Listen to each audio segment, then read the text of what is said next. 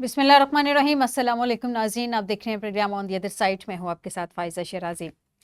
नाज़रीन, हमारे मुल्क की सियासत और सियासतदान दोनों बहुत ज़्यादा दिलचस्प हैं। असम्बलियों में होते हैं तो एक दूसरे पे तुंदो तेज़ वार कर रहे होते हैं अल्फाज के, और इस तरह से एक दूसरे पे बहस चल रही होती है। यहाँ तक कि कल हमने देखा कि कल से एक नई रीत शुरू हो गई है कि एक दूसरे के आबाओ अजदाद तक पहुँचा जाता है। वैसे ख्वाजा आसिफ साहब अपने बयानात की वजह से, अपने स्टेटमेंट की वजह से माजी में भी खासे इन रहे हैं। वो स्टेटमेंट देते हुए अल्फाज के चुनाव का ख्याल नहीं रखते, और यही कल भी हमने देखा जिसका आज जवाब दिया गया असम्बली में।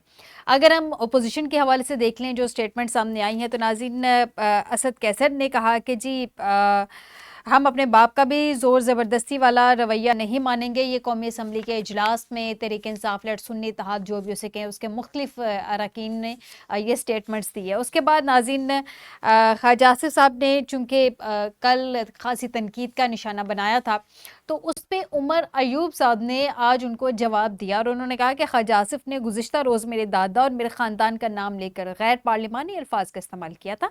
उन्होंने शायद तारीख दुरुस्त तरीके से नहीं पढ़ी, इसलिए कुछ दुरुस्तगी करना चाहता हूँ। ये जो जवाब दर जवाब का सिलसिला जारी है, कहीं उधर से जवाब आता है, कभी उधर से जवाब आता है। क्या पार्लियामेंट में हम लोगों ने अपने सियासतदानों को इसीलिए भेजा है कि वहाँ पे ये एक दूसरे को जवाब दर जवाब ही सिलसिला जारी रखें, या हमारे मामलात भी वहाँ जाके इन्होंने हल करने हैं? नाज़रीन, सिर्फ ये मामला यहीं पे नहीं रुके। उमर अयूब साहब की जानिब से भी एक जवाब देने की कोशिश की गई, आबा अजदाद तक पहुँचने की कोशिश की गई, जिसको रोक दिया गया स्पीकर कौमी असम्बली की जानिब से। और यार सादिक साहब ने कहा कि ये तरीक़ेकार दुरुस्त नहीं है, जो लोग दुनिया में हैं उनका तज़किरा ना करें और इजलास को आगे चलने दें। सेकंड करती हूँ स्पीकर साहब की इस बात से, बिल्कुल जो लोग दुनिया में नहीं हैं, अपनी आपकी जो लड़ाइयाँ हैं, आपसी लड़ाई को जो दुनिया में नहीं है एटलीस्ट उनको तो बख्श दें, उन तक ना लेके जाया जाए। अब्बा अजदाद तक जाने से बेहतर है कि आप लोग आमने सामने बैठ के अपने भी मसाइल हल करें, हमारे भी मसाइल हल करें, ना कि आप लोग उठ के अब्बा अजदाद तक पहुँच जाएँ। नाज़रीन, ये मामला यहीं पर रुक नहीं जाते हैं। इसके बाद अली मोहम्मद खान साहब भी मैदान में उतरते हैं।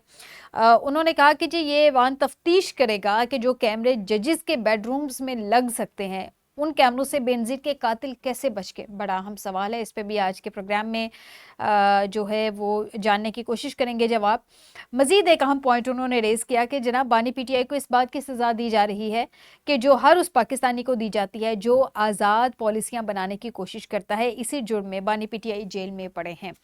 ये उन्होंने कहा कि जब आप अपनी हदूद में रहेंगे, वो एज़ यूजुअल जो कि इस्टेब्लिशमेंट को तनकीद का निशाना बनाया जाता है, कभी नाम लेके, कभी इनडायरेक्टली तनकीद का निशाना बनाया जाता है, तो आज भी उन्होंने तनकीद का निशाना बनाया और उनको उनकी हदूद में रहने की बात की। उनका जी अगर आप अपनी हदूद में रहेंगे तो हमारे सर का ताज होंगे, वरना फिर आप पे आपकी अगर आप इस तरफ आएंगे तो फिर एहतजाज होगा। इस सब के अलावा नाज़रीन, हम देख रहे हैं कि बैरिस्टर गौहर साहब भी फिर उसके बाद मैदान में आए। उन्होंने कहा कि उन्होंने बहुत सारी बातें की, बहुत सारे वोटों के हवाले से बात की, 8 फरवरी के हवाले से बात की जो कि जनरल इलेक्शंस थे, और उन्होंने एक अहम सवाल भी उसमें रेज़ कर दिया। उन्होंने कहा जी क्या तहरीक इंसाफ पाकिस्तान की मकबूल जमात नहीं है? इस सवाल का जवाब भी आज के प्रोग्राम में जानने की कोशिश करेंगे कि 8 फरवरी और 8 फरवरी के बाद अब सियासी सूरत हाल पे, सियासी मंजरनामे पे कौन सी जमात अभी तक सबसे ज़्यादा मकबूल नज़र आ रही है। नाज़रीन, ये सारे मामला तो सियासी हैं। इन सब के अलावा अदालतों में आज बड़े अहम केसेस भी लगे हुए थे, जिसमें 190 मिलियन पाउंड के हवाले से केस था जिसकी बड़ी अहम समाअत थी। उसमें दरख्वास्त ज़मानत पे फ़ैसला महफूज कर लिया गया है बानी पीटीआई की, और इस्लामाबाद हाई कोर्ट ने ये फ़ैसला महफूज किया है फ्रीकैन के दलाइल सुनने के बाद। और इसमें बड़े अहम कमेंट्स भी थे, बड़े अहम रिमार्क्स भी थे। उनसे पूछा गया कि बानी पीटीआई का लिंक किस तरह से 190 मिलियन पाउंड से बनता है। फिर कुछ प्रोसिक्यूशन के हवाले से सवालात किए गए कि जो प्रोसिक्यूशन है उसका क्या इस हवाले से मौक़िफ़ है। तो बड़े अहम इम्पॉर्टेंट इस पे वहाँ पे रिमार्क्स थे। नाज़रीन, जहाँ पे ये सारे मामलात थे, वहाँ पे एक अहम समाअत, जहाँ पे ये समाअत हुई, वहाँ पे एक और बड़ी अहम समाअत थी, नैब के हवाले से थी, नैब तरमीम केस के हवाले से। अब जिसमें ये कहा गया है अदालत की जानिब से कि आइंदा समाअत पे बज़रिया वीडियो लिंक दलाइल दे सकते हैं बानी पीटीआई, और उन्होंने अदालत ने अहकामात भी दे दिए हैं कि इसकी जो भी इंतज़ामात हैं, विफाक और पंजाब के इंतज़ामात की हिदायत भी कर दी है। तो अब देखना भी ये है कि क्या इसके अगर दलाइल देते हैं या बानी पीटीआई वीडियो लिंक के ज़रिए आते हैं तो मामला या केस क्या रुख इख्तियार करता है। जहाँ पे ये मामला हुए वहाँ पे एक मरतबा फिर से अदलिया में मुदाखलत का मामला सामने आ गया और ये सिर्फ मामला ही सामने नहीं आया है बल्कि इसमें एक ख़त सामने आया है। नाज़रीन, ख़त इस्लामाबाद हाई कोर्ट के जस्टिस बाबर सत्तार साहब हैं जिनकी जानिब से chief justice Islamabad high court justice Aamir Farooq साहब को एक ख़त लिखा गया है। एक ख़त पहले था जो 6 जजेस की जानिब से था इस्लामाबाद हाई कोर्ट के। अब एक और ख़त है जो कि सिर्फ जस्टिस बाबर सत्तार साहब की जानिब से लिखा गया है और ज़राए के मुताबिक जो है वो चीज़ें सामने आ रही हैं कि जस्टिस बाबर सत्तार ने ख़त में कहा है कि ऑडियो लीक्स केस में मुझे पैगाम दिया गया है कि पीछे हट जाओ। अब इस सब में जहाँ पे जस्टिस बाबर सत्तार साहब ने ये कहा है कि उनको पैगाम दिया गया है और उनको ये भी कहा गया है, उन्होंने ख़त में लिखा है कि सिक्योरिटी इस्टेब्लिशमेंट के टॉप ऑफिशियल का पैगाम मिला है कि पीछे हट जाओ। मुझे पैगाम दिया गया है कि सर्विलियंस के तरीक़ेकार की स्क्रूटनी से पीछे हट जाओ। ये मामला क्या है? क्या अदलिया पे क्या वाकई किसी किस्म का कोई प्रेशर नहीं है? और अगर अदलिया पे प्रेशर है, बार बार खतूत सामने आ रहे हैं, बार बार जो हमारे ऑनरेबल जजेस खतूत लिख रहे हैं, तो फिर आज वफाकी हुकूमत के जो वज़ीर कानून हैं और वज़ीर इत्तलात हैं उन्होंने डिनाई क्यों कर दिया? आज हमारे अटॉर्नी जनरल साहब हैं, उन्होंने भी ऑलमोस्ट इस चीज़ को डिनाई कर दिया। इस सब पे बात करते हैं आज के प्रोग्राम में। हमें ज्वाइन किया है मंसूर अफरीदी साहब, एनालिस्ट हैं। बहुत शुक्रिया अफरीदी साहब हमें ज्वाइन करने के लिए। बाबर डोगर साहब हैं, बहुत शुक्रिया। बाबर डोगर साहब जर्नलिस्ट भी हैं, सीनियर एनालिस्ट भी हैं। बहुत शुक्रिया डोगर साहब हमें ज्वाइन करने के लिए। अफरीदी साहब, आपकी इजाज़त से सबसे पहले मैं ज़रा डोगर साहब से जानने की कोशिश करूँगी कि ये मामला क्या है। अस्सलाम वालेकुम डोगर साहब। आवाज आपकी बहुत स्लो आ रही है, बड़ी मुश्किल से सुनाई दे रही है, आवाज बहुत स्लो है। जी जी डॉक्टर साहब, मैं अपनी टीम से कहती हूँ मेरी आवाज़ थोड़ी सी बेहतर कर देते हैं। डॉक्टर साहब, ये मामला तो एक तरफ हम देख रहे हैं कि जजेस को प्रेशराइज किया जा रहा है, जजेस को कहा जा रहा है कि उनके मुताबिक फ़ैसले, उनकी अपनी मर्ज़ी के मुताबिक फ़ैसले नहीं आ रहे, किसी और की मर्ज़ी के मुताबिक फ़ैसले। ये मैं नहीं कह रही, ये 6 जजेस ने अपने ख़त में लिखा कि उनके मुदाखलत की जा रही है उनके मामलात में। आज एक और ख़त सामने आया है बाबर सत्तार का। जस्टिस बाबर सत्तार की एक रिप्यूट है जो कि अच्छी रिप्यूट है। अब उन पे उन्होंने एक ख़त लिखा है जिसमें विफाक की जानिब से उसको काउंटर किया गया है और ये कहा गया है कि क्यों बार बार इस तरह की चीज़ें सामने आती हैं। इवन वज़ीर कानून साहब हैं आज़म नज़ीर तारर, उन्होंने भी ये कह दिया है कि इसका मतलब ये है कि क्या अदलिया के, इस्लामाबाद हाई कोर्ट के मामलात में मुदाखलत की जा रही है। मतलब दोनों बड़ी अलग अलग सी चीज़ें हैं डोगर साहब। जी बिल्कुल। पहली बात तो आपने ये कही कि बाबर सत्तार साहब जो है वो बड़ी रेप्यूट वाले जज हैं, सारे जजेस बड़े ऑनरेबल हैं, जी सारे जी जजेस जो हैं उनकी जो सर्विंग जजेस हैं उनकी रेपुटेशन अच्छी है। जी जी बिल्कुल। तो देखिए, जब तक ये कोई चीज साबित ना हो जाए हम किसी को ये नहीं कह सकते कि ये ऑनरेबल है या ये ऑनरेबल नहीं है। इशू है जस्टिस जो जजेस हैं उनको उन पे दबाव डाला जा रहा है नहीं उनके डॉक्टर बारे साहब, में। मैंने एक्चुअली इस सेंस में बात की कि जैसे अभी हमारे चीफ जस्टिस साहब हैं तो वो भी अपने फैसलों को लेके बहुत ज़्यादा, माजी में भी जब वो चीफ जस्टिस नहीं थे तो बड़ी उनकी एक रिप्यूट थी कि ये अपने फैसलों को लेके और किसी किस्म का प्रेशर नहीं लेते हैं। तो इसी तरह की ऑलमोस्ट बाबर साहब की भी सुनने में आती है रिप्यूट। जी जी बिल्कुल।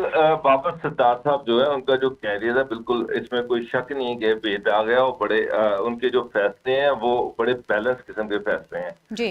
उनके फैसलों पे कभी इस तरह से किसी तनकीद नहीं हुई। इशू ये है जो असल मुद्दे की तरफ आते हैं कि जजेस पे दबाव डाला जा रहा है। जजेस पे हमेशा हर दौर में दबाव डाला जाता रहा है, चाहे वो जुल्फ़िकार अली भुट्टो की सजाए जो उनको डेथ पेनल्टी दी गई थी उस फैसले से लेके और उस जितनी दफा भी गवर्नमेंट तोड़ी गई, नवाज शरीफ की गवर्नमेंट तोड़ी गई, बेनजीर की गवर्नमेंट तोड़ी गई, उसके बाद जो जजेस के जो भी फैसले हैं वो सारे कहीं ना कहीं कंट्रोवर्शियल रहे हैं। लेकिन ये पहली मर्तबा है कि जजेस खुल के सामने आए हैं और उन्होंने खुल के इल्जाम जो हैं वो लगाए हैं कि किस तरह से उनको प्रेशराइज किया जा रहा है, किस तरह से मर्जी के फैसले लेने के लिए उन पर दबाव डाला जा रहा है। मसला ये है कि ये जो बातें हो रही हैं, जो इस वक्त सुप्रीम कोर्ट में जो केस चल रहा है, इसमें गवर्नमेंट फरीक नहीं है। ठीक। इस समय गवर्नमेंट फरीक नहीं है, वो गवर्नमेंट पे इल्जाम नहीं लग रहा कि गवर्नमेंट दबाव डाल रही है, बल्कि जिसपे मुझे हैरानगी कि गवर्नमेंट इसको क्यों डिफेंड कर रही है। जी बिल्कुल। गवर्नमेंट जो है, गवर्नमेंट तो उसमें मॉडरेटर है, जिन पे इल्जाम लग रहे हैं, कोर्ट की प्रोसीडिंग चल रही हैं, चीजें आगे चल रही हैं, खुद ही जो कोर्ट है वो अल्टीमेटली किसी न किसी नतीजे पे पहुंचेगी। मेरा ख्याल है कि गवर्नमेंट को इस तरह से जो मिनिस्टर्स आके प्रेस कॉन्फ्रेंस कर रहे हैं और जिस तरह से गवर्नमेंट को जिस तरह से डिफेंड करने की कोशिश की जा रही है, इसका मतलब ये है कि गवर्नमेंट जो अदलिया के खिलाफ एक पार्टी बनी हुई है, साथ साथ ये कह रहे हैं कि जनाब इस चीज को हवा दी जा रही है और इस चीज को जनाब ये जो सारा चीज है इसको गवर्नमेंट के खिलाफ इस्तेमाल किया जा रहा है और दूसरी तरफ खुद ही एक फरीक बन गए हैं, खुद ही एक पार्टी बन गए हैं, जब इनके ऊपर तो इल्जाम ही नहीं है, इनके ऊपर तो एलिगेशन है ही नहीं है कि जनाब गवर्नमेंट दबाव डाल रही है। तो गवर्नमेंट को, इन मिनिस्टर्स को चाहिए कि वो शाह से ज्यादा शाह के वफादार ना बने, गवर्नमेंट जो है वो इसमें न्यूट्रल रहे और जो जिनके ऊपर इल्जाम है वो कोर्ट उनको मौका दे रही है, वो वहां आकर उसको डिफेंड करे। अच्छा डॉक्टर साहब, यहाँ पे एग्जैक्टली आपने बड़ा अच्छा पॉइंट रेज किया। मेरा नेक्स्ट क्वेश्चन भी यही था कि जब पिछली दफ़ा हमने देखा कि 6 जजेस ने ख़त लिखा, तब उन्होंने एग्जेक्टिव्स के किरदार को भी बीच में हाईलाइट किया कि एग्जेक्टिव्स की जानिब से और हमारे एजेंसीज की जानिब से जो डिटेल के मंदरजात थे ख़त के, बहुत डिटेल में हमारे सामने आए। अब की दफ़ा जैसे कि उन्होंने कहा है कि सिक्योरिटी एस्टैब्लिशमेंट के टॉप ऑफिशियल का पैगाम मिला, इसमें उसको जो है काउंटर करने के लिए, उसको डिफेंड करने के लिए हमारे एग्जीक्यूटिव्स मैदान में आते हैं। अब एग्जीक्यूटिव, इसका मतलब है कि जो एग्जीक्यूटिव की जानिब से पिछली दफ़ा खत में लिखा गया था, कहीं ना कहीं फिर उसको भी दुरुस्त समझा जाए। देखिए, एग्जेक्टिव तरफ से भी इस तरह के इल्जाम तो आते रहे हैं, लेकिन जब गवर्नमेंट चली जाती है तो फिर इस तरह की बातें करते हैं। ठीक। असल इशू ये है कि रियासती इदारे हैं, रियासती सतून है, एक सतून जो है वो इल्जाम लगा रहा है कि एक दूसरा जो सतून है वो उस पर प्रेशर डालता है और अपनी मर्जी के फैसले लेने के लिए मुख्तलिफ किस्म के हरबे भी इस्तेमाल किए जाते हैं। जजेस की वीडियो कॉल भी टेप की जाती हैं, उनकी वीडियोस भी बनाई जाती हैं, उनको ब्लैकमेल भी किया जाता है और उसकी जो वजह वो ये है कि सिर्फ अपनी मर्जी के फैसले लेने होते हैं। अब इसमें जिस सीधी बात करते हैं एस्टेब्लिशमेंट पे, जो है जुडिशरी जो है वो एस्टेब्लिशमेंट को वो इस चीज का, सारी चीज का मुद्दे इल्जाम ठहरा रही है, अदारों को इस चीज का इल्जाम ठहरा रही है। जजेस जो है, ये बड़ा एक सीरियस इशू है। अब जो गवर्नमेंट है, अब वो बार बार वो देख रहे हैं कि 2 रियासती इदारों में गवर्नमेंट को न्यूट्रल रोल प्ले करना चाहिए और गवर्नमेंट को चाहिए कि कोर्ट को असिस्ट करे कि वो किसी फैसले पे पहुंचे, बजाय इसके कि वो एक रियासती इदारे को डिफेंड करना शुरू कर दे और अब एक साइड ले ले, एक पार्टी बन जाए। मुझे तो ऐसे लग रहा है जैसे गवर्नमेंट एक फ्रीक बनी हुई है, एक पार्टी बनी हुई है इस सारे इशू में और ये साबित करने पे तुली हुई है कि जनाब जो भी एलिगेशन है वो गलत है। तो इसका अल्टीमेटली नुकसान इस गवर्नमेंट को होगा और किसी को नहीं। ठीक है डॉक्टर साहब, मुझे थोड़ा सा मार्जिन दीजिएगा, अफरीदी साहब को भी शामिल गुफ्तगू करते हैं। अफरीदी साहब, आपने सारी डिटेल जो अभी हमने डिस्कस किया वो आपने सुनी, आपको लगता है कि क्या हमारी अदलिया पे कोई प्रेशर नहीं है? अगर जैसे कि आज हमने अटॉर्नी जनरल साहब का सुना, उन्होंने कैसे डिफेंड किया, फिर उसके बाद हमने देखा विफाकी वज़रा भी मैदान में उतर आए, उन्होंने भी उसको डिफेंड किया। एग्जेक्टिव्स ये शो करवाना चाह रहे हैं कि कोई प्रेशर नहीं है, जजेस बार बार खतूत लिख के, यानी कि खतूत लिखने का मतलब ये है कि वो उसको ऑन रिकॉर्ड लेके आ रहे हैं, जनाब हमने खत लिखा है, रिटन फॉर्म में लेके आ रहे हैं, जिसको कोई डिनाई नहीं कर सकता कि रिटन फॉर्म में अगर एक चीज आपके सामने आ जाती है, वरना वो वैसे भी जाके चीफ जस्टिस साहब से डिस्कस कर सकते थे, हो सकता है किया भी हो। आपको लगता है हमारी अदलिया पे वाकई प्रेशर नहीं है जिस तरह से एग्जेक्टिव्स की जानिब से इंप्रेशन देने की कोशिश की जा रही है? शुक्रिया मैडम फायजा, थैंक्स अगेन मुझे अपने फोरम पे बुलाने का आपका और टीवी टुडे की मैनेजमेंट का तहे दिल से मैं शुक्रिया अदा करता हूँ।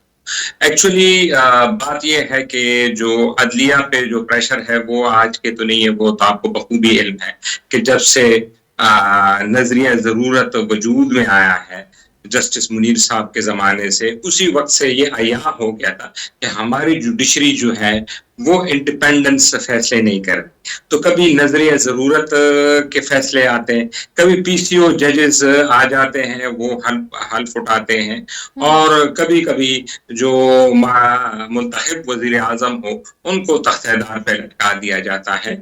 इस तरह भी एक शर्मनाक किस्म के फैसले तो ये बात तो मैं एग्री करता हूं कि जुडिशरी पे हर वक्त कोई ना कोई प्रेशर्स रहे होते हैं, लेकिन अब इसका तरीक़ाकार क्या है कि किस तरह इस मसले को हल किया जाए। अब जुडिशरी के पास तो अपनी कोई फोर्स नहीं होती, वो तो अब बखूबी इल्म है कि वो किसी फोर्स या कोई सिक्योरिटी इदारे के थ्रू अपने आप का दिफा कर सके या अपने फैसलों को अमल दरामद करा सके। उनके पास जो टूल मुयस्सर हैं, जो औजार मुयस्सर हैं या जो तरीक़ेकार उनके पास है, वो रियासती इदारे ही हैं, चाहे वो आपकी पुलिस हो या आपकी जो एग्जीक्यूटिव ब्रांच हो, उन्हीं के थ्रू वो अपने फैसले भी इम्प्लीमेंट कराते हैं और उन्हीं के थ्रू उनको प्रोटेक्शन भी दी जाती। अब जो ये आप जो बिलखसूस इस जस्टिस बाबर सत्तार साहब के जो खत का आप बात कर रहे हैं और उससे पहले जो 6 जजों ने भी खत लिखा था, तो अब तो बारह-कैफ हुकूमत की ही रिस्पॉन्सिबिलिटी है। हुकूमत को इस ज़िमन में कोई बरी-ज़ुबान नहीं कर सकता। जो हाई कोर्ट और सुप्रीम कोर्ट तो बड़े जजेस हैं, वो तो टॉप क्लास के जजेस हैं। इवन जो सिविल जज होता है, उसकी रिस्पॉन्सिबिलिटी भी जो ज़िले का कमिश्नर होता है, डीसी होता है या जो पुलिस इंतजामिया होती है, उनके ज़िम्मे होती है। आपको बखूबी इल्म है, जब सेशन जज या सिविल जज की अदालत में लोग जाते हैं, तो बाहर पुलिस खड़ी होती है। ठीक है, यानी कि अफरीदी साहब, आपका पॉइंट ये है कि हमारे हुकूमत की ये रिस्पॉन्सिबिलिटी है इन सारे मैटर्स को टेकअप करे और इन सारे मैटर्स को सॉर्ट आउट करे। डेफिनेटली अगर हम आइडियल सिचुएशन में देखें तो रिस्पॉन्सिबिलिटी उन्हीं की है, लेकिन वो बात अगेन आ जाती है आइडियल सिचुएशन की। डोगर साहब, ये आज हमने देखा है कि सुप्रीम कोर्ट ने ये जो नैब तरमीम केस के हवाले से बानी पीटीआई को उन्होंने कहा है कि जनाब वीडियो लिंक पे उनकी हाजिरी दिलवाएं और वीडियो लिंक पे उनको पेश करें, वो अपने दलाइल दें, जो भी उनका मौक़िफ़ है उसको सामने रखें। अब इस पे उन्होंने इंतज़ामात की भी हिदायत दे दी है विफाक और पंजाब को। माजी में भी एक आध दफ़ा हमने देखा कि अदालत की जानिब से उनको पेश करने का भी कहा गया, वीडियो लिंक की भी बातें हुई, लेकिन वो हुआ नहीं। आपको लगता है अब की दफ़ा इस पर इम्प्लीमेंट हो जाएगा? देखिए, कोर्ट के तो बड़े वाज़ेह ऑर्डर हैं कि वीडियो लिंक के जरिए से उनको कोर्ट के सामने पेश किया जाए जी। अब आप देखें कि ट्विटर पे कुछ जर्नलिस्ट, कुछ ऐसे जर्नलिस्ट जो हुकूमत के बड़े करीब समझे जाते हैं, हुकूमत के बड़े लाडले समझे जाते हैं, उन्होंने अभी से ये ट्वीट करने शुरू कर दिए हैं कि जनाब खान साहब जो है उनकी तो मीडिया पेरेंट्स पे बैन है, पाबंदी है। तो लिहाजा चूंकि उनकी मीडिया पेरेंट्स पे पाबंदी है, तो वीडियो लिंक के जरिए से जो भी कार्रवाई की जाएगी वो टीवी पे नहीं दिखाई जाएगी। यानी कि हुकूमत ने अपने जो, मैं क्या कहूँ उनको, उनके जो परवरदा जर्नलिस्ट हैं उनके जरिए से, अपने लाडले जर्नलिस्टों के जरिए से ये मैसेज देना शुरू कर दिया है कि हम कि इमरान खान की जो प्रोसीडिंग है, जो कार्रवाई है, उसको टीवी पे नहीं दिखाया जाएगा। तो मुझे लग रहा है, मुझे गवर्नमेंट की इंटेंशन लग रही है, हालांकि ये सुप्रीम कोर्ट का ऑर्डर है। सुप्रीम कोर्ट ये कह रही है कि उनको वीडियो लिंक के जरिए से पेश किया जाए। सुप्रीम कोर्ट ने ये कहा है कि उनकी जो प्रोसीडिंग है वो सारी लाइव दिखाई जाए।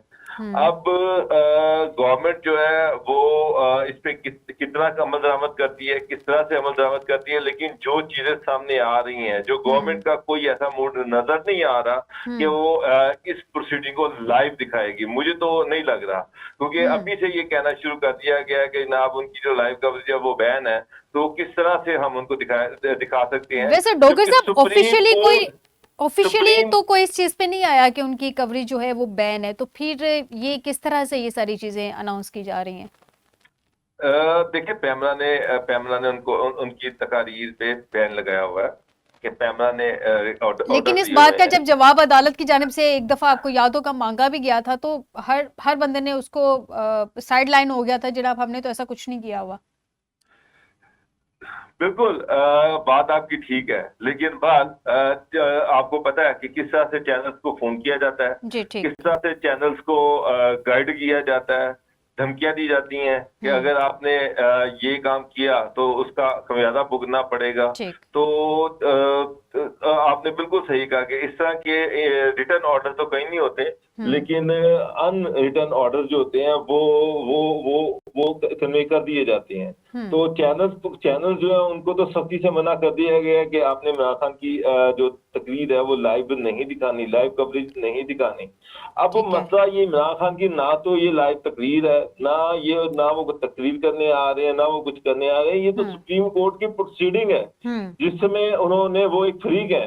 तो अब मेरा ख्याल है कि ये इशू सुप्रीम कोर्ट का है। अगर गवर्नमेंट नहीं दी, मुझे गवर्नमेंट की इंटेंशन नजर नहीं आ रही, वो उनका कोई मूड नहीं है कि वो इस कवरेज को लाइव दिखाएंगे। लेकिन अब सुप्रीम कोर्ट जो है आपको पता है कि वहां पर अब अपनी आजादी के लिए वो भी लड़ रहे हैं, जजेस के खत भी सामने आ रहे हैं, जजेस बोल भी रहे हैं, प्रोसीडिंग भी चल रही है, दबाव की भी बातें हो रही हैं। तो फिर सुप्रीम कोर्ट को इसके भी अहकाम, मेरा ख्याल है कि सुप्रीम कोर्ट खुद ही अहकाम जारी कर देगी कि जनाब उनकी जो वीडियो लिंक के जरिए जो अपीयरेंस है उसको भी लाइव दिखाया जाए। ये अगर सुप्रीम कोर्ट इस तरह का ऑर्डर देती है तो तब तो ये मुमकिन है, अदरवाइज मुझे नहीं लगा। जो मेरी जो इंफॉर्मेशन है, मेरी जो बातचीत हुई है, गवर्नमेंट का कोई मूड नहीं है कि वो उनको लाइव कवरेज दे। यानी कि डॉक्टर साहब मतलब हेयरिंग लाइव दिखाई जाएगी, जहां पे बानी पीटीआई आएंगे वो वीडियो लिंक के जरिए जैसे वो इन होंगे, तो वहां से आपको जो लगता है अभी तक गवर्नमेंट की इंटेंशन है, जो अभी तक आपके पास खबर है उसके मुताबिक वहीं से पिक कट कर दिया जाएगा? जी, कट कर दिया जाएगा। मैंने आपसे कहा कि मैं गरीदा फरूकी साहबा के का ट्वीट आ चुका है, उसमें उन्होंने ये मुद्दा उठा दिया कि जी उनकी तो लाइव कवरेज बैन है, तो उनको किस तरह से लाइव दिखाया जा सकता है। तो उनको लाइव, इस तरह से बहुत सारे जर्नलिस्ट ऐसे हैं, मैंने एक नाम आपको ले लिया कि जो इस चीज को अभी से उन्होंने इशू बनाना शुरू कर दिया कि इमरान खान की लाइव कवरेज नहीं हो सकती। यानी कि वो एक चीज को उन्होंने, और यही माइंडसेट जो है ये गवर्नमेंट का भी है। गवर्नमेंट नहीं चाहती कि किसी तरीके से भी इमरान खान जो है वो किसी भी तरीके से उनको कोई अपीयरेंस, लाइव अपीयरेंस मिले और लाइव लोग उनको देख सकें। तो मुझे नहीं लग रहा, हाँ अगर सुप्रीम कोर्ट ने कोई ऑर्डर जारी कर दिए एक अलग बात है, लेकिन हुकूमत की कोई ऐसी इंटेंशन नहीं नजर आ रही है। डॉक्टर साहब अगर हुकूमत सुप्रीम कोर्ट ऐसे कोई ऑर्डर जारी नहीं करती है, वो अपने रूटीन के हिसाब से हेयरिंग उसको लाइव, क्योंकि उसने की हुई है, वो वैसे ही लाइव जाती है, और अगर ये जैसे कि अभी हम डिस्कशन कर रहे हैं कि उनको लाइव नहीं दिखाया जाता, तो ये मामला आपको लगता है बाद में सुप्रीम कोर्ट खुद टेकअप करेगी इस मामले को कि लाइव हेयरिंग थी उसको नहीं दिखाया गया, या ये मामला बस ठीक है दब जाएगा? देखिए, लाइव हेयरिंग जो भी लाइव हेयरिंग चल रही है, सुप्रीम कोर्ट की जो लाइव प्रोसीडिंग चल रही है, ये सुप्रीम कोर्ट के चीफ जस्टिस के ऑर्डर्स पे हो रही हैं। जबरदस्ती तो लाइव प्रोसीडिंग नहीं चल सकती। सुप्रीम कोर्ट की किसी में इतनी जरूरत नहीं है किसी चैनल में तो सुप्रीम कोर्ट की लाइव प्रोसीडिंग को दिखा सके। चीफ जस्टिस के ऑर्डर पे, उनके हुक्म पर ये सारी लाइव प्रोसीडिंग जो है वो पब्लिक हो रही है। अब अगर हुकूमत, और अब एक इशू आगे इमरान खान साहब की वीडियो लिंक पर उनका जो बयान है वो कलमबंद होना है। उन्होंने जो उनकी जो स्टेटमेंट है, जो उनका मौक़िफ़ है वो सामने आएगा। अब अगर गवर्नमेंट उस ऑर्डर उसको लाइव कवरेज नहीं देती, तो मुझे एक बात बताएं कि ये सुप्रीम कोर्ट जो चीफ जस्टिस हैं उनके ऑर्डर की हुक्म अदुली नहीं होगी? क्या ये कंटेम्प्ट ऑफ कोर्ट नहीं होगी? तो ये अब देखने वाली चीज है। अब इमरान खान के अपने वकला का पैनल भी वहां पर है, वो भी चीज को रेज करेंगे, वो भी चीज को उठाएंगे। और मुझे अगरचे कि गवर्नमेंट की इंटेंशन नहीं है, यही तासुर दिया जा रहा है, लेकिन अगर चीफ जस्टिस जो है वो इस मामले में आते हैं तो हो सकता है कि लाइव कवरेज आ जाए, लेकिन ये सारा डिपेंड करेगा चीफ जस्टिस पर। चीफ जस्टिस साहब, अच्छा डॉक्टर साहब एक आखिरी सवाल आपसे। सर 190 मिलियन पाउंड केस में आज बड़े अहम रिमार्क्स थे, ऐसे लगा कि जैसे जजेस किसी पॉइंट पे पहुंचना चाह रहे हैं कि एग्जैक्टली इनका लिंक कैसे बनता है उस केस के साथ बानी पीटीआई का, और उसमें आज उन्होंने उनकी दरख्वास्त जमानत पे फैसला महफूज कर लिया है। ओवरऑल अगर मैं न्यूज़ के हवाले से देखूँ, आप माशाल्लाह बड़े बाखबर सहाफ़ी हैं, कोई अपडेट्स, कोई न्यूज़ के किस किस्म का फैसला एक्सपेक्ट किया जा रहा है? देखिए, मैं अब इस पे कमेंट तो नहीं कर सकता। मसला ये है कि एक जजेस के मूड से थोड़ा बहुत डॉक्टर साहब आइडिया हो जाता है ना। देखिए, एक चीज तो बड़ी क्लियर है कि पैसा किसी की जेब में नहीं गया, पैसा गवर्नमेंट टू गवर्नमेंट है, एक अकाउंट से दूसरे अकाउंट में चला गया। जी यही सारा केस है ना। जी जी बिल्कुल। कोई इसमें इसमें ये तो नहीं है कि पैसा वहां से निकला और किसी की डायरेक्ट जेब में चला गया या किसी के पास चला गया। तो मेरे ख्याल में ये केस कोई इतना मजबूत केस नहीं है। जो अगर देखिए गवर्नमेंट ने बड़ा जोर लगाया है इस पे, लेकिन अल्टीमेटली केस तो यही है, बड़ा सादा है कि पैसा पाकिस्तान गवर्नमेंट को आया, जो शायद सिंध गवर्नमेंट को जाना था वो सुप्रीम कोर्ट को चला गया। तो ये सिर्फ इतना इशू है, इसमें ना कोई करप्शन साबित हो सकी, इसमें ना कोई ये साबित हो सका कि पैसा जनाब सरकार से निकला और किसी की जाती जेब में चला गया। तो मुझे एक चीज तो ये है कि मुझे ये केस इतना इतना स्ट्रांग, इतना ताकतवर नजर नहीं आ रहा कि इसमें किसी को इम्प्लीकेट किया जा सके। ठीक, बहुत शुक्रिया बाबर डोगर साहब, सीनियर सहाफ़ी हैं, सीनियर एनालिस्ट हैं, आपने हमें ज्वाइन किया, अपने मौक़िफ़ से आगाह किया। और फरीदी साहब, आपका इस पॉइंट पे क्या कहना है कि आपको लगता है कि कोई उनको जो बेल मिल जाएगी, ज़मानत मिल जाएगी, या जैसे कि माजी में भी हमने देखा कि फ़ैसले कुछ उनके अगेंस्ट ही तरीके इंसाफ के जाते रहे हैं, क्योंकि जो फ़ैसला, पर्सनल असेसमेंट है मेरी, कि जो फ़ैसला महफूज होता है तरीके इंसाफ के लिए, हमेशा वो गैर महफूज ही साबित होता है। फरीदी साहब। हाँ, बात आपकी सही है और मैं एग्री करता हूँ। एक्चुअली हमारे हिस्टोरिकली भी देखा जाए तो जितने भी फैसले महफूज होते हैं, तो जो अपोजिशन पार्टी होती है वो उन सब के लिए गैर महफूज अक्सर साबित हो जाते हैं। जी। लेकिन इस केस के बहरहाल क्या मैं ये कहना चाहूंगा कि ये केस जिस तरह डोगर साहब ने पॉइंट आउट किया कि इसमें कोई डायरेक्टली करप्शन की चीजें रिपोर्टेड नहीं हुई कि किसी के अकाउंट में पैसे गए हैं या मनी लॉन्ड्रिंग का मतलब है कि पाकिस्तान से पैसा, इलीगल पैसा या करप्शन का पैसा ये बाहर जाके कैश की सूरत में या ट्रांजिट की सूरत में मैं स्विट्जरलैंड गया हूँ, यूके गया हूँ, इसमें पैसे आए हैं। अब इसमें जो मेन चीज है, जो एक लेकुना है, वो जो कैबिनेट से अप्रूवल ली गई थी बंद लिफाफे में, उस पे अदालत को गौर करना पड़ेगा कि ये नुक्ता है, इस पे कोई कानूनी पहलू निकलता है। क्योंकि अगर उन्होंने अप्रूवल ही कैबिनेट से लेनी थी तो एज पर प्रोसीजर तो ये होना चाहिए था कि उनको जो चिट्ठी आई थी या जो उस पे डॉक्यूमेंटेशन आए थे वो कैबिनेट के सामने रख, क्योंकि कैबिनेट जो है ना वो हाईएस्ट अप्रूवल अथॉरिटी है किसी भी मुल्क की। पाकिस्तान की मैं बात भी कर, किसी भी मुल्क की कैबिनेट ही डिसाइड करती है कि मुल्क के क्या डायरेक्शन है। तो अगर कोई भी ऐसी चीज होगी वो कैबिनेट से कॉन्फिडेंशियल नहीं रहती, वो प्राइम मिनिस्टर और उसकी कैबिनेट वो तमाम तर फैसलों की जिम्मेदार होती है। प्राइम मिनिस्टर अकेला कुछ मायने नहीं रखता है फैसलों में, कैबिनेट ही। तो वो जो है पीटीआई से जो साबिक जो बानी चेयरमैन पीटीआई है, मेरे लिहाज से उनसे एक ये गलती हुई है कि वो जाके वो कैबिनेट से इसकी ट्रांसपेरेंट तरीके से अप्रूवल लेते। बाकी केस में मुझे इतना कोई दमखम नजर नहीं आ रहा। और जो इस्लामाबाद हाई कोर्ट की जो बॉडी लैंग्वेज नजर आ रही है आपको, और जिस तरह सारे जजेस मुत्तहिद हो गए हैं आज के, खासकर बाबा सत्तार साहब के जो खत पे है, वो भी मुझे, जो बाकी हमारे मुक्तदर कुव्वतें हैं या जो हुकूमत है, जो पीएमएलएन है या जो इनकी पीटीआई के खिलाफ कुव्वतें हैं, उनके हक में मुझे इस्लामाबाद हाई कोर्ट की बॉडी लैंग्वेज नजर नहीं आई। तो वहां से कोई सा भी फैसला हम एक्सपेक्ट कर सकते हैं, बड़ा सरप्राइजिंग फैसला होगा और हो सकता है उसमें बानी चेयरमैन पीटीआई को। लेकिन ऑफिसर साहब ये भी तो है ना कि सारे जजेस जो हैं वो जुडिशरी की इंडिपेंडेंस के लिए खड़े हो गए हैं, जुडिशरी की आज़ादी के लिए खड़े हो गए हैं। और अगर वो जुडिशरी की आज़ादी के लिए खड़े हुए हैं, एक्सपेक्ट तो कोई भी फैसला किया जा सकता है किसी भी पार्टी के हक में। हम ये नहीं कह रहे कि फैसला जाएगा, लेकिन अगर जजेस को लगता है कि ये वाकई गलत हुआ है तो ये गैर महफूज ही फैसला साबित होगा। और अगर जजेस को लगता है कि नहीं, ये एक प्रोसेस जो था, प्रोसीजर गलती थी, प्रोसेस गलत था, लेकिन इसमें क्योंकि बानी पीटीआई के अकाउंट में पैसे नहीं गए हैं, बुशरा बीबी के अकाउंट में पैसे नहीं गए हैं किसी तरह के, तो ये सुप्रीम कोर्ट के अकाउंट में पैसे गए हैं, तो करप्शन के मामला पे ये भी एक्सपेक्ट किया जा सकता है कि जैसे दोनों चीज़ें होती हैं ना, हो सकता है उनको जमानत मिल भी जाए। बहरहाल जी, ये तो आने वाला वक्त ही बताएगा। मुझे एक छोटा सा ब्रेक लेना है अफरीदी साहब। नाज़रीन, ब्रेक से वापस आते हैं तो सियासत पे मज़ीद गुफ्तगू करेंगे। और जो पार्लियामेंट में चल रहा है, ये जो कौमी असम्बली में चल रहा है, ये जो तुंदो-तेज़ बयानात दिए जा रहे हैं, इसमें आम आदमी कहाँ खड़ा है? एक दूसरे के अबाव इजदाद को तो तनकीद का निशाना बनाया जा रहा है। क्या आम आदमी के मसाइल हल करने के बारे में भी गुफ्तगू कभी होगी? एक ब्रेक के बाद। वेलकम बैक नाजरीन। अफरीदी साहब से जानते हैं। अफरीदी साहब, एक जानिब हम देख रहे हैं कि हुकूमत की जानिब से मुशीर हैं वज़ीर आज़म के सियासी बराए सियासी अमूर राना सनाउल्लाह साहब, वो ग्रैंड डायलॉग की बातें कर रहे हैं, लेकिन कल भी हमने देखा, आज भी हमने देखा, अपोजिशन का कोई मूड लग नहीं रहा कि वो डायलॉग की तरफ जाएगी या उनसे ग्रैंड डायलॉग करना चाहेगी। वो एक्चुअल में जिनके साथ डायलॉग करना चाह रहे हैं वो अपोजिशन के साथ डायलॉग करना नहीं चाह रहे। आपको क्या लगता है मामला किस नहज पे बैठेंगे?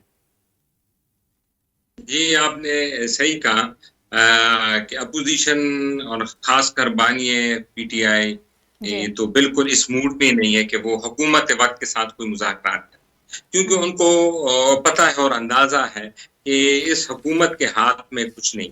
वो देखिए ना, आप अरसा का चेयरमैन भी जब इन्होंने लगाया तो उस पे पीपल्स पार्टी वाले नाराज हो गए थे और उन्होंने फिर उस पे रिवर्ट कर ली और जो पीपल्स पार्टी को पसंद था बंदा उनको लगा दिया चेयरमैन। तो इनके पास तो देखें ना, फैसले की सकत नहीं है। उसकी मेन वजह ये है कि इनके पास मेजॉरिटी नहीं है। और दूसरा जो ये अपोजिशन और बाकी जो हमारे मीडिया रिपोर्ट्स हैं, जो इनकी अपनी लेजिटिमेसी है वो भी क्वेश्चन मार्क है। उनको कहते हैं कि जी फॉर्म 47 वाले वजीर आजम है। तो ये इन सब के ये तो होते निगरान हुए वजीर आजम साहब ने खुद भी कह दिया ना अफरीदी साहब, ये तो काकड़ साहब ने खुद भी फॉर्म 47 का ताना दे दिया। जी जी हाँ, उन्होंने खुद भी कह दिया कि मुझे पता है कि इस्लामाबाद के किस एमएनए जो है वो फॉर्म 47 के थ्रू जीते हैं। और वो अब आप देखें, फॉर्म 47 की एक और मिसाल दे दूं कि मौलाना फजलुर रहमान साहब जो पेशावर में जलसा कर रहे थे 9 मई को, आपको आइडिया होगा। तो नूर आलम जो हैं वो जमीयत उलमा इस्लाम से, पेशावर से, इनके जो निशान है वो इलेक्टेड एमएनए। लेकिन आपको हैरानी होगी कि वो 9 मई फजलुर रहमान साहब के जलसे में नहीं आए। उन्होंने अलहदा ही एक जुलूस निकाला और जो मुंतखब 3-4 और एमपीएस थे उनके साथ मिलके इस्तेहकाम पाकिस्तान जुलूस का नाम दिया उन्होंने। और वो पेशावर में होते हुए के बावजूद मौलाना साहब के जलसे में नहीं आए, क्योंकि उनको पता था कि मुझे जितवाने वाले मौलाना साहब नहीं हैं, मुझे जितवाने वाले जो हैं मैं उनके साथ खड़ा हूँ और मैं उनके साथ ही जलसा। तो ये तो हो गई हुकूमत की जो फुटिंग है या जो हुकूमत की जो लीगल है या जो उनका जो एक कहते हैं कानूनी जवाज है। तो उनको इसलिए इनकी यकीन नहीं है। उनको ये पता है कि अगर कोई हो भी जाए तो वो किस गारंटी के थ्रू होंगे। इनके तो अपनी सीटें नहीं है, ना वो फैसले करने की सकत है। तो लिहाजा जिस तरह आपने सही कहा, वो हमारे मुक्तदर हलकों को ही तरफ दरख्वास्त कर रहे हैं। और लेटर भी अब उन्होंने कल ही कहा था बानी चेयरमैन ने कि वो चीफ साहब को लेटर भी लिखेंगे, तो वो तो उन्हीं की तरफ करे। लेकिन दूसरी तरफ अगर हम देखें कि जो हमारी एस्टेब्लिशमेंट है या जो मुक्तदर हल्के, वो किसी मूड में नजर नहीं आ रही। उन्होंने जो जो जो जो पिछले साल मई में 9 मई के वाकयात हुए थे, उन्होंने उनको एक 9/11 के तौर पे लिया है। अगर आप दायरे का देखें, जिस तरह अमेरिका के लिए 9/11 एक बहुत बड़ा, कहते हैं अमेरिका के 2 अमेरिका, एक 9/11 से पहले, एक उसके बाद। तो हमारे एस्टेब्लिशमेंट ने भी उस मई 9 को 9/11 के थ्रू कर लिया। 9 मई है तो अफरीदी साहब ब्लैक डे ही था, जो हुआ वो नहीं होना चाहिए था। मैं आपकी जानिब दोबारा आती हूँ। नाज़रीन, इस वक्त हमें ज्वाइन किया है मोहम्मद नौशाद अली साहब हैं, सीनियर सहाफ़ी भी हैं, सीनियर एनालिस्ट हैं। बहुत शुक्रिया नौशाद साहब हमें ज्वाइन करने के लिए। अस्सलाम वालेकुम नौशाद साहब। जी शुक्रिया, थैंक यू। नौशाद साहब, एक जानिब तो हम देख रहे हैं कि आला अदलिया में बहुत सारी ऐसी चीज़ें हैं जो कि चल रही हैं सियासी जमातों को लेके, उस पर भी कुछ शशोपंज है कि किसके हक़ में ज़्यादा चीज़ें जाती हैं, किसके हक़ में नहीं जाती हैं। दूसरी जानिब ये जो ग्रैंड डायलॉग की बात की जा रही है, सर इसमें तहरीके इंसाफ को जो ऑफ़र करवाई गई है, तहरीके इंसाफ जो है वो जा रही है जिनसे बात करनी, उन्होंने क्लियर दो टोक कह दिया कि हमने आपसे बात नहीं करनी। और दूसरी जानिब जो इनसे बात करना चाह रहे हैं तहरीके इंसाफ, उनके साथ बात नहीं करना चाह रही। मामला तो आगे कैसे बढ़ेंगे नौशाद साहब? जी बिस्मिल्लाहिर्रहमानिर्रहीम।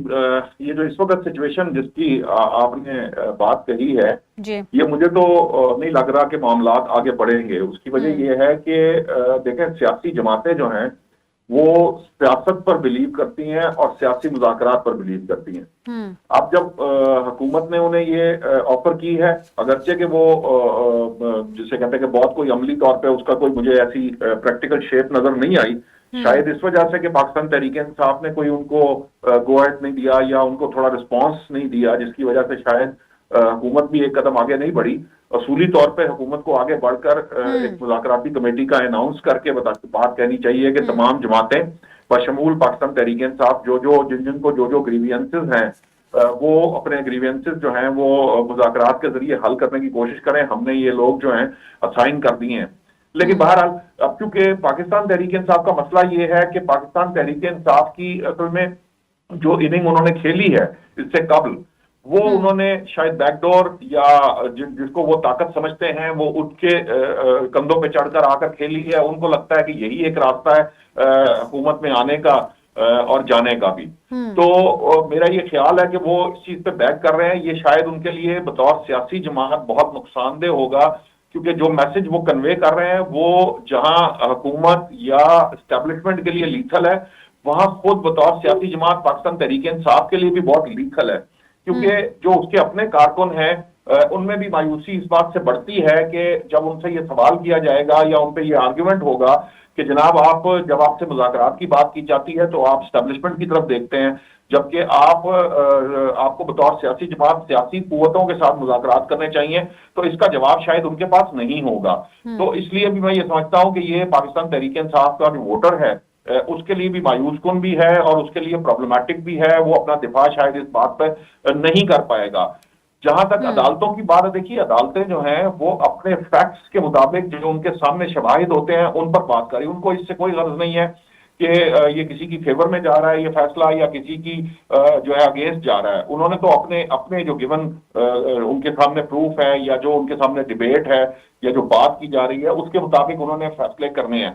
अब उन फैसलों पर जो सियासत की जाती है, अब ये मामूली सी अगर फर्ज कीजिए किसी को फेवर मिलती है तो वो जो है वो आसमान से कलाबे मिलाने शुरू कर देता है, तारीफें करना शुरू कर देता है। और अगर जरा सी मुखालफत में बात हो जाए तो वो अगलिया के ऊपर उंगलियां शुरू कर देता है। ये मुनासिब रवैया वैसे भी नहीं है।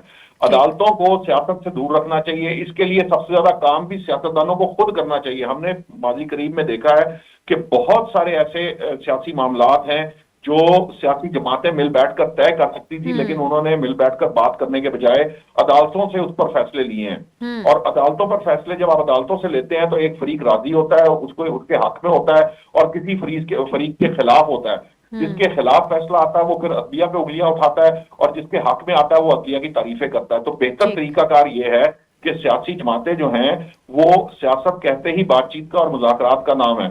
तो सियासी जमातों को चाहिए कि वो आपस में मिल बैठे बगैर किसी शराइत के साथ या बगैर किसी टीओआर के। पहले वो बैठ जाएं, एक जगह बैठे, फिर टीओआर भी तय करें, शराइत भी तय करें, और फिर उसके बाद अपने ग्रीवियंसेस जो हैं वो उन लोगों के जरिए अपने एक दूसरे के सामने रखें जिनको वो चुनकर उस मुज़ाकराती कमेटी का हिस्सा बनाना चाहते हैं। सो सियासत दुनिया भर में इसी तरीकाकार से होती है। दुनिया में कहीं भी कोई सियासी जमात आपको ये कहती नजर नहीं आएगी कि हमने एस्टेब्लिशमेंट से मुज़ाकरात करने हैं। ये बहुत जिसे कहते हैं ना कि प्रॉब्लमैटिक नोशन है। अगर ये किसी सियासी जमात जो है ना उसके ऊपर ये ठप्पा लग जाता है तो इसको उतरने में बहुत वक्त लगता है। लेकिन नौशाद साहब भी तहरीके इंसाफ एक जानिब इदारों को ये भी बावर करवा रही है, बारहा बावर करवा रही है कि अपनी आईनी हदूद में रहें। अगर आईनी हदूद की बात कर लें तो फिर तहरीके इंसाफ को चाहिए कि एक स्टेप आगे बढ़े, तमाम पॉलिटिकल पार्टीज के साथ ऑन टेबल जो है डायलॉग करे, ताकि जो जिन इदारों की आईनी हदूद हैं वो ऑटोमेटिकली अपनी आईनी हदूद में चली जाए। वैल्यू भी इदारों को ही देनी है, बात भी इदारों से ही करनी है, लेकिन उसके बाद फिर सियासी मंजरनामे पे भी ये इशू खड़ा कर देना कि इदारे सियासत में मुदाखलत करते हैं। ये डबल पॉलिसी क्यों है? असल में पाकिस्तान तहरीक इंसाफ, उनके बानी और उनके जो जिसे अरबाब इख्तियार कहते हैं ना, जमात के जो अरबाब इख्तियार हैं या पार्टी होल्डर हैं, वो ये समझते हैं, उनकी राय इस तरह बन चुकी है कि वो चूंकि इस मफरूजे पर कायम है कि उनके खिलाफ उनकी हुकूमत आएगी, जो अब हुकूमत बनी है वो भी एस्टेब्लिशमेंट ने बनाई। उनकी जो हुकूमत थी 2018 में जब आई थी तो वो ये समझते थे कि उनकी हुकूमत एस्टेब्लिशमेंट ने बनवाई थी।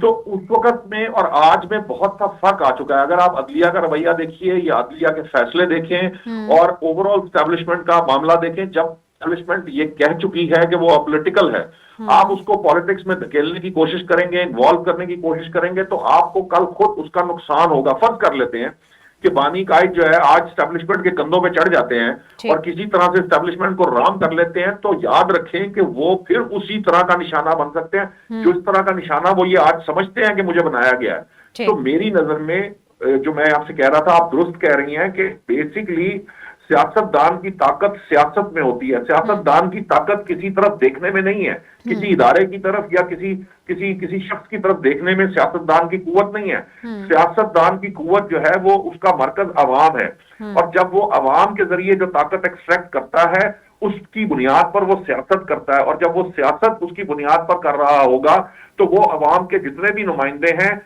वो उनके साथ बातचीत करेगा और अपने मामलात को उनके जरिए इकट्ठा करके अपनी ताकत बनाएगा। जब वो अपनी ताकत बनाएगा तमाम सियासी जमातों के साथ मिलकर, ऐसा नहीं कि इख्तिलाफ राय नहीं होगा या अपोजिशन नहीं होगी, लेकिन मेजॉरिटी के साथ जब वो खड़ा होगा अपने किसी डिसीजन के ऊपर या अपने किसी फलसफे के ऊपर, तो फिर उसको ज्यादा हमायत हासिल होने की वजह से उसकी बात में वजन ज्यादा होगा। जब उसकी बात में वजन ज्यादा होगा भी मजबूर होंगे उस बात को मानने पर। लेकिन अगर आप खुद जिस रास्ते की तरफ देख रहे हैं उस रास्ते को आप खुद गलत भी कह रहे हैं, उसको और उस पे चल भी रहे हैं। जी बहुत शुक्रिया। जी जी बहुत शुक्रिया नौशाद अली साहब, आपने हमें ज्वाइन किया।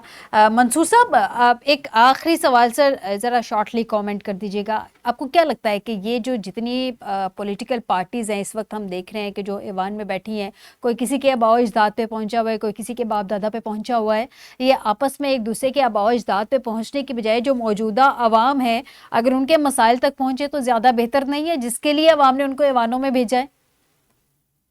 बहुत बेहतर है, बल्कि सही बात की है आपने। बजाय आबाओ अजदाद के पहुंचने पे जो इनका काम है, जो इनके वोटरों को दिया है कि वो जाके आईनी तरामीम करें, मुल्क की भलाई के लिए इकदामात उठाएं और ऐसे सूबाबंदी करें, रिफॉर्म्स करें, बेसिकली एजुकेशन रिफॉर्म्स करें, एग्रीकल्चर रिफॉर्म करें। देखिए गंदम का कितना बड़ा होकर गुजरा है हमारे मुल्क में, वहां की जरूरत। एक जगह कल की रिसेंटली इतना बड़ा मसला हुआ, कश्मीरी भाई हमारे आए, उसमें से काफी बंदे भी शहीद हो गए, वहां पे जाके तवज्जो दें। बजाय उधर आप देखें ना कितनी जुल्म की बात है कि मुजफ्फराबाद में लोग मर रहे थे और इधर पार्लियामेंट में खड़े होके ये एक दूसरे के आबाओ अजदाद को याद कर रहे थे और एक दूसरे को कोस रहे थे। बिल्कुल जी, बहुत शुक्रिया मंसूर साहब, आपका पॉइंट आ गया। नाज़रीन, बहुत जुल्म की बात है कि किस तरह से हमारी आवाम जो है भूख से किस तरह से तड़प रही है, किस तरह से 2 वक्त की रोटी खाने को तरस रही है, किस तरह से उनके पास रोज़गार नहीं है, किस तरह से इतनी महंगाई हो चुकी है कि बेसिक फूड बकेट जो है उनकी पहुंच से दूर है। और हमारे जो ऐवानों में बैठे हुए नुमाइंदे हैं, जिनको मुंतखब करके सो कॉल्ड नुमाइंदे जो ऐवानों में भेजे हैं हम लोगों ने, वहाँ एक दूसरे के आबाओ अजदाद को बुरा भला कहने में मसरूफ़ हैं। आवाम की किसी को कोई होश नहीं। बेहतर होगा कि आवाम के मसाइल हल करें, जिसके लिए आपको ऐवानों में भेजे। आज के प्रोग्राम से दीजिएगा इजाज़त, बशर्ते ज़िंदगी आपसे दोबारा मुलाकात होगी। अपना ख्याल रखिएगा। अल्लाह हाफिज़।